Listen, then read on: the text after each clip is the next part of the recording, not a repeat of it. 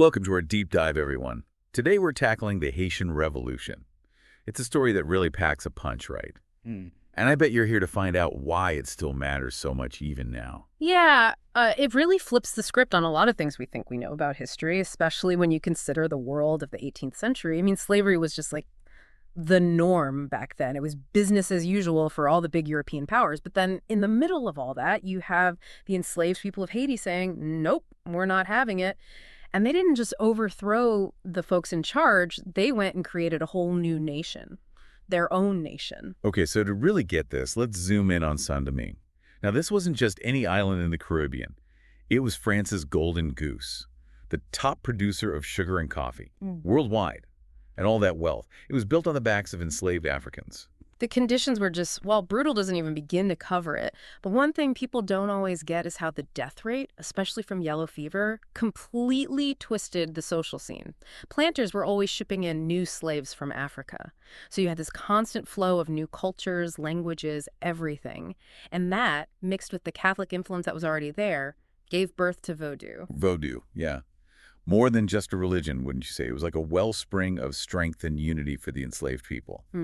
A way to push back against the dehumanization of it all. Oh, absolutely. Vodou was a lifeline to cultural traditions, a way to connect with their ancestors, find some kind of comfort in shared beliefs. But it went beyond that.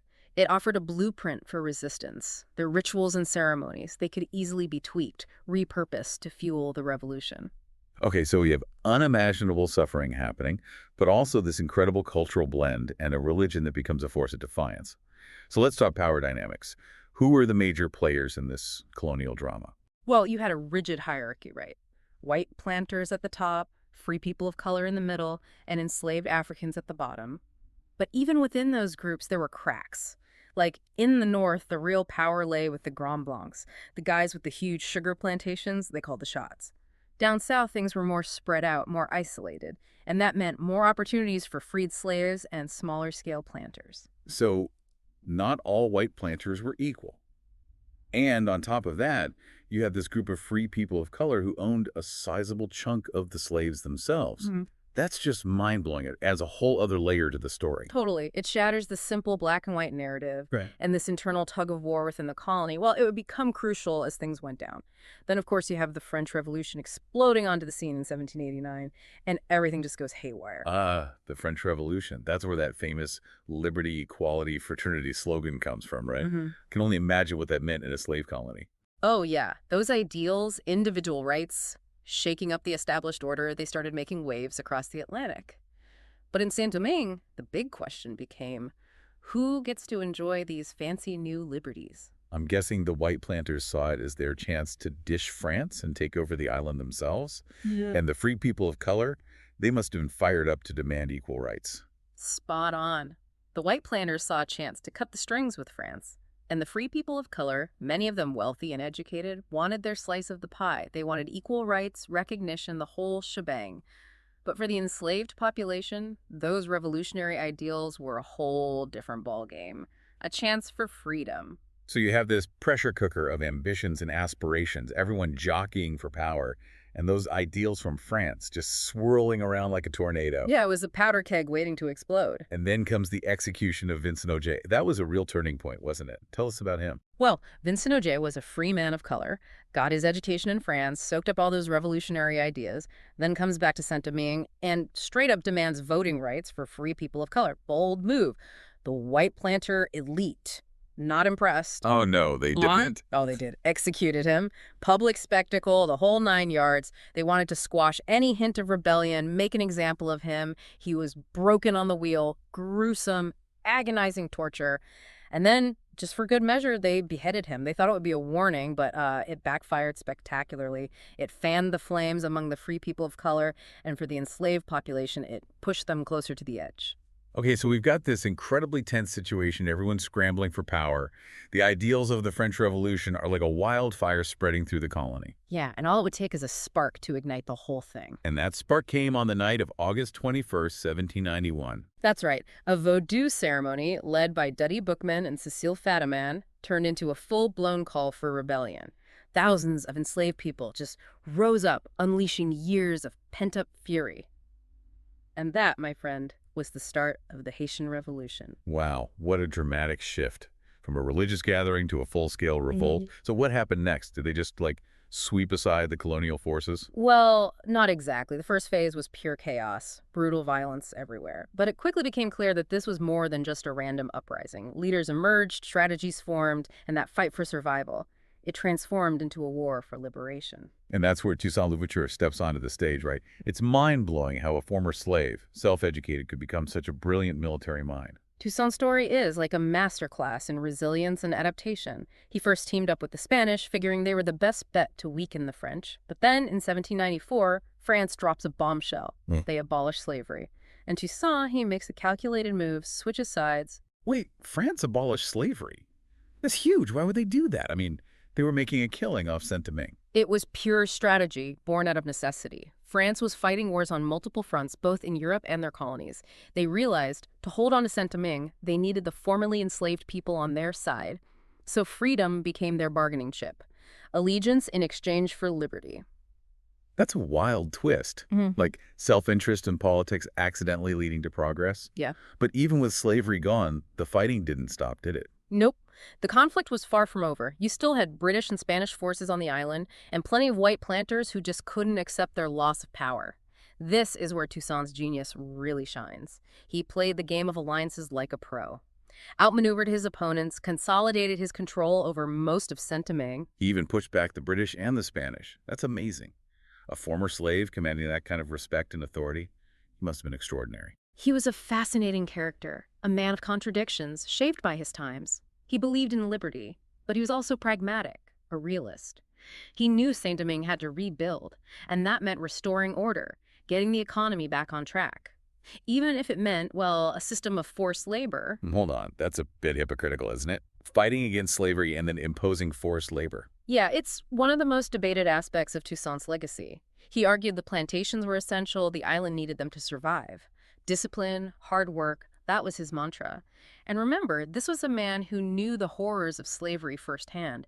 He'd seen the dangers of idleness, how quickly things could spiral out of control. It reminds us that even heroes have flaws, right? They're products of their environment. Makes you wonder, if Toussaint had lived in a different time, would he have embraced true freedom without resorting to those measures? It's a great question, but we'll never know the answer for sure. Because just as Toussaint seemed to have things somewhat stabilized, a new threat appears on the horizon. Napoleon Bonaparte. Ah, Napoleon, the ambitious general who decided to make himself Emperor of France. What did he have to do with Haiti? Napoleon was obsessed with restoring French glory, and that included taking back Saint-Domingue, the Pearl of the Antilles, as they called it. But it wasn't just pride. Those sugar plantations, they were a gold mine. And losing them was a hit to France's power and prestige. So Napoleon decided to send an army to reclaim the island. Yep.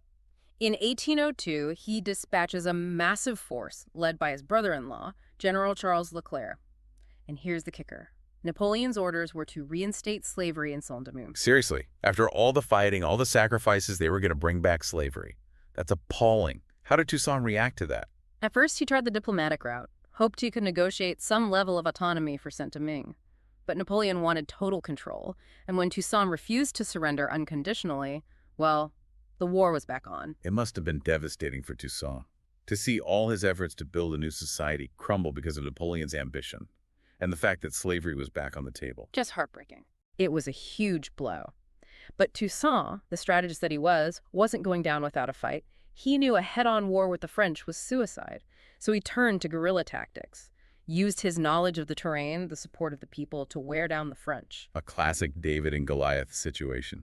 But the French army was huge, well-equipped. How could Toussaint possibly stand a chance? Well, he had a few aces up his sleeve. The Haitian people were determined to defend their hard-won freedom. They were fighting for their very humanity, not just political power. They knew the land, they were masters of guerrilla warfare, and their will to resist was unbreakable. That's incredibly powerful, facing down an empire like that, knowing the potential consequences. And then there was another factor, one that often gets overlooked in the history books, but it played a huge role. Yellow fever. Right, we talked about that earlier. The disease was rampant, and it hit newcomers the hardest. How did it impact the French campaign?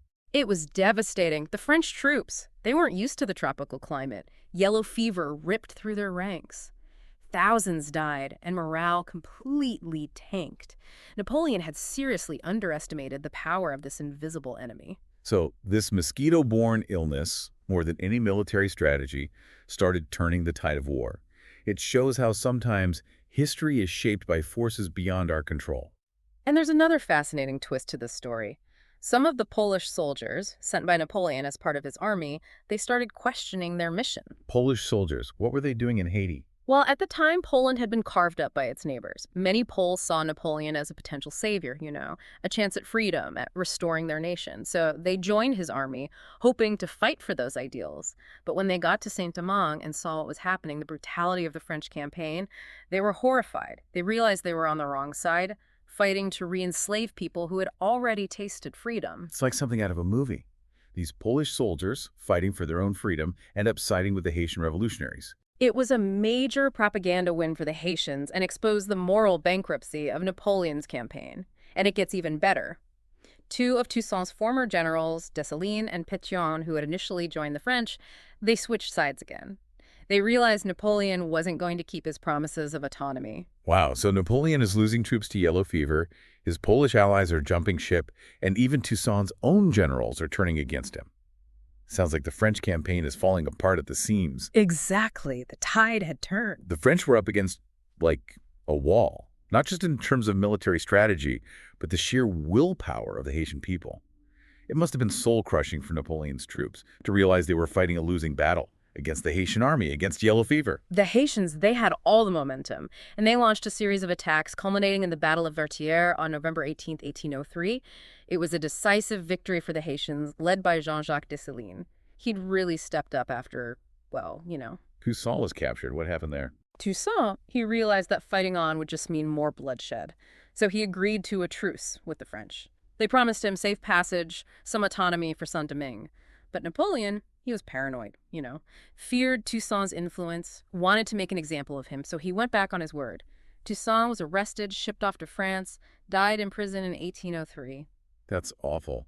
It's a reminder that even the most brilliant leaders can be betrayed by politics, by broken promises. Yeah. But even without Toussaint, the revolution continued, right? Absolutely. That flame of rebellion, it couldn't be snuffed out.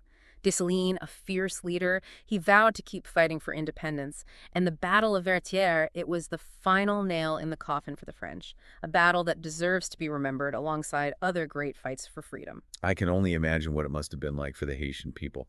That feeling of exhilaration, of relief when they finally defeated the French. It was a victory against all odds. And on January 1st, 1804, Dessalines declared Haiti a free and independent republic.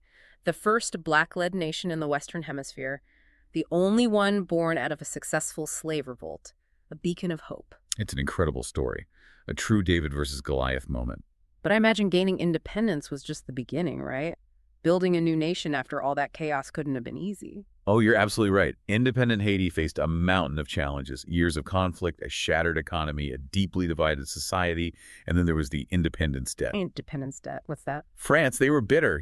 They demanded Haiti pay 150 million gold francs as compensation for the loss of their property, meaning the enslaved people on the plantations. Talk about adding insult to injury. This debt, it crippled Haiti for over a century. It just shows how the shadow of colonialism, of exploitation, can linger long after political freedom is won. It's a story that repeats itself throughout history, unfortunately. But even with all that, the Haitian Revolution is a turning point in human history. It shattered the myth of white supremacy, showed the world the power of collective resistance. It inspired movements for abolition, for independence across the globe. The Haitian Revolution, it sent shockwaves through the Americas and beyond. Slaveholding societies, especially in the United States, they were terrified. They saw what happened, and they were scared of a similar uprising in their own backyard. It led to harsher laws, tighter control over enslaved populations. It's no coincidence that the U.S. didn't recognize Haiti's independence until 1862, way after most other nations had done so. That's fascinating. The Haitian Revolution, it wasn't just a Caribbean event. It had a global impact, challenging the very foundations of slavery and colonialism. And here's another thing most people don't realize. The Haitian Revolution actually shaped the destiny of the United States. Napoleon, with his defeat in Saint-Domingue and a looming war with Britain, decided to cut his losses in North America. That's what led him to sell the Louisiana Territory to the U.S. in 1803. It doubled the size of the young nation and paved the way for westward expansion. So the Haitian Revolution, a fight for freedom in the Caribbean, indirectly led to the expansion of the United States. History is full of surprises. The Haitian Revolution is more than just a historical event. It's a story that still speaks to us today. It forces us to confront the legacies of slavery, of colonialism, of racial injustice. These things still shape our world. It reminds us that freedom is not a given. It's something you fight for, something you defend over and over again. It's been an incredible journey, diving into this world-changing event. We've seen bravery, resilience, betrayal, and ultimately the triumph of the human spirit. I really hope this has inspired you to learn more. Read Toussaint Louverture's writings, explore Vodou, learn about the ongoing struggles and triumphs of the Haitian people. The Haitian Revolution is not just a chapter in a history book. It's a story that continues to unfold, reminding us that the fight for freedom and equality is never truly over. Thank you for joining us on this deep dive into the Haitian Revolution. We hope you found it insightful, thought-provoking, inspiring. Until next time, keep exploring, keep questioning, keep diving deep.